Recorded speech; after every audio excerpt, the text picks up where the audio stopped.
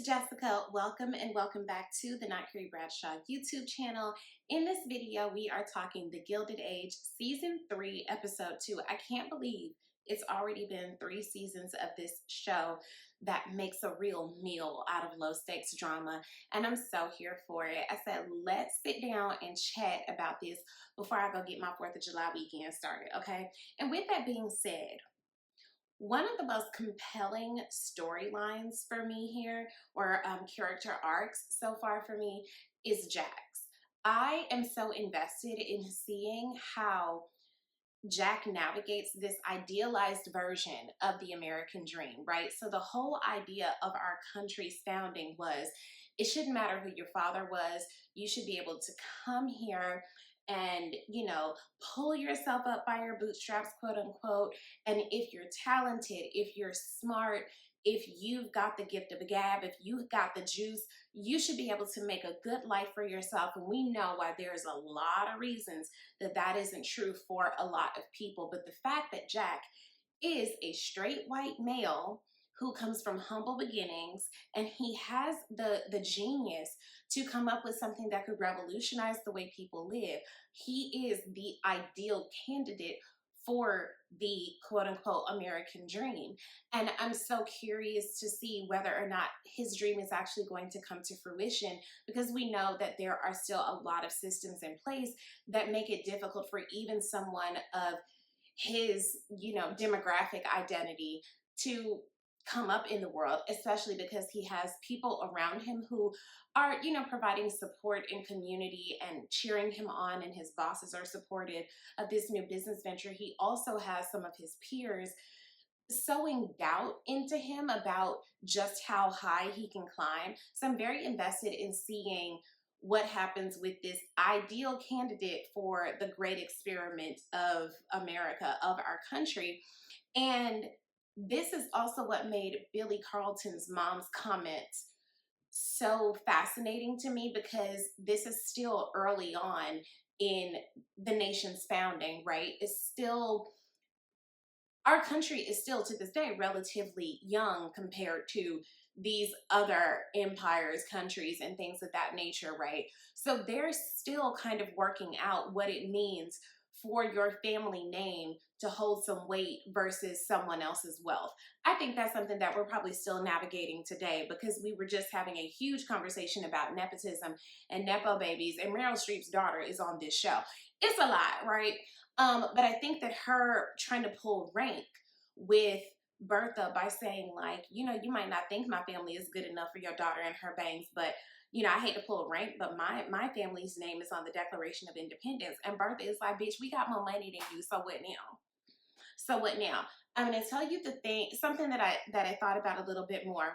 When Billy Carlton's mom came to her and said, let's start over, let's, clean slate this, the kids are in love, let's, support them, Bertha said, I will disinherit Gladys and then what?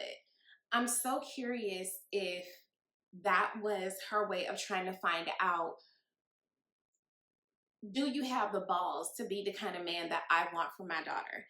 And let's hold all things constant. Let's recognize that for women during this era, marriage was a safety net. Especially if you were a woman in society, it wasn't proper for you to go out and get a job. Your future, your well-being, your ability to thrive really hinged upon your marriage. So we understand why this is really important to Bertha. And even as a woman in 2025, I think when we talk about wanting a partner who is so quote unquote masculine, what we're saying is we want a partner who is capable. Where Billy Carlton fucked up was he's very kind, and we love a kind man. We want a man who will be kind, and treat us with compassion and nurture us the way that we're socialized to nurture them. We get all that, but we also want you to be capable of handling business. The fact that he went into that room and got immediately intimidated to the point where he couldn't even talk to George Russell about his daughter, I'm curious if that was something that Bertha kind of knew. It's not just the pedigree. He ain't got the juice. He can't stand in a room alongside your father and hold his own. And I can kind of understand, again, Gladys and her bangs ain't but 18 years old. I do understand why this is so important to Bertha, but we also don't want to dehumanize Gladys and her bangs, because our girl deserves to be with someone who, yeah, can give her a good life, but who can also be a good partner. We want someone who is kind and capable. And sad to say, Billy Carlton went it. And to see, I'm trying to think, like, in film and television, do we see a lot of siblings with the kind of closeness that Gladys and Larry have? And it's just so sweet to me to see how much he loves and supports her and goes to bat for her. And George came back to have a conversation with JP Morgan about helping him fund his railroad expansion, and had to play referee in his family because everybody trying to gang up on Bertha, and he's trying to support his daughter. And he like, now hold on, what's going on here? What's blowing me is Bertha is openly lying to and manipulating George.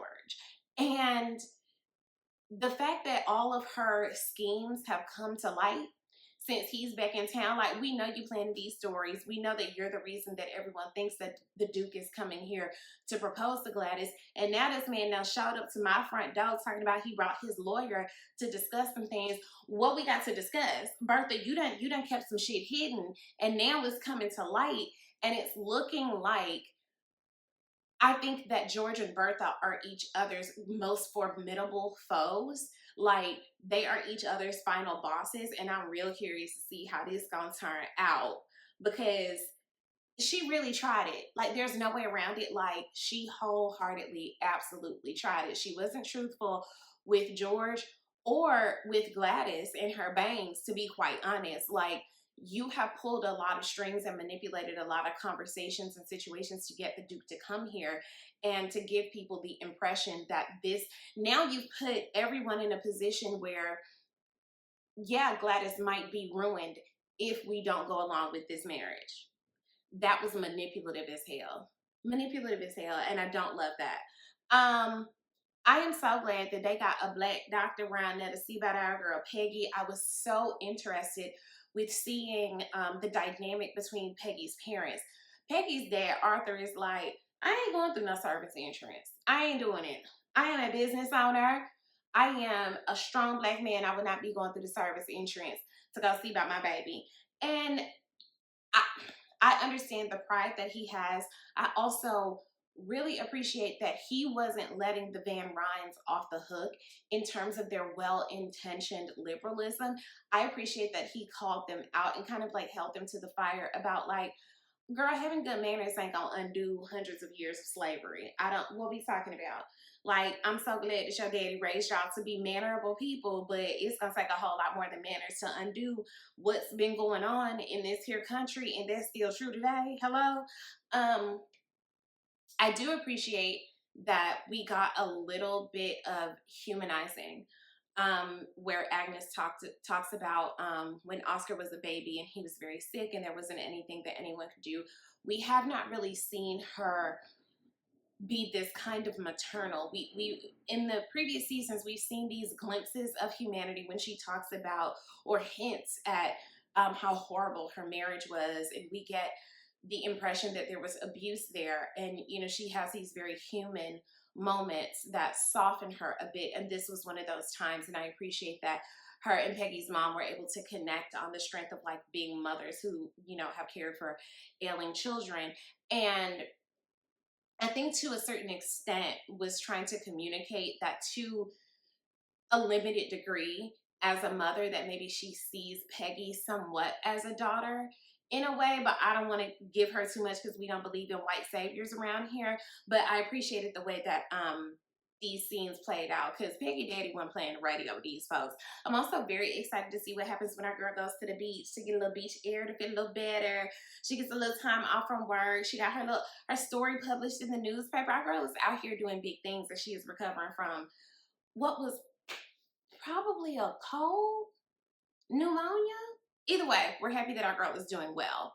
I'm really happy that Aurora stepped in and announced to the staff that Mrs. Forte would be the one making the decisions moving forward. Somebody had to say it, and I'm glad it was Aurora.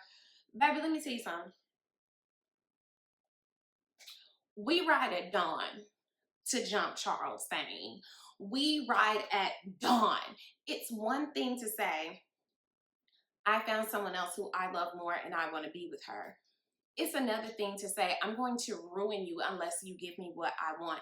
And I'm trying to remember in previous seasons, what hints did we get that Aurora and Charles' marriage wasn't quote unquote good? Now I can't recall, but I just feel like during this time, again, a woman's ability to live well or to live regularly or to be able to thrive, to have any sense of community, really hinged upon her marriage. It hinged upon how well her husband treated her.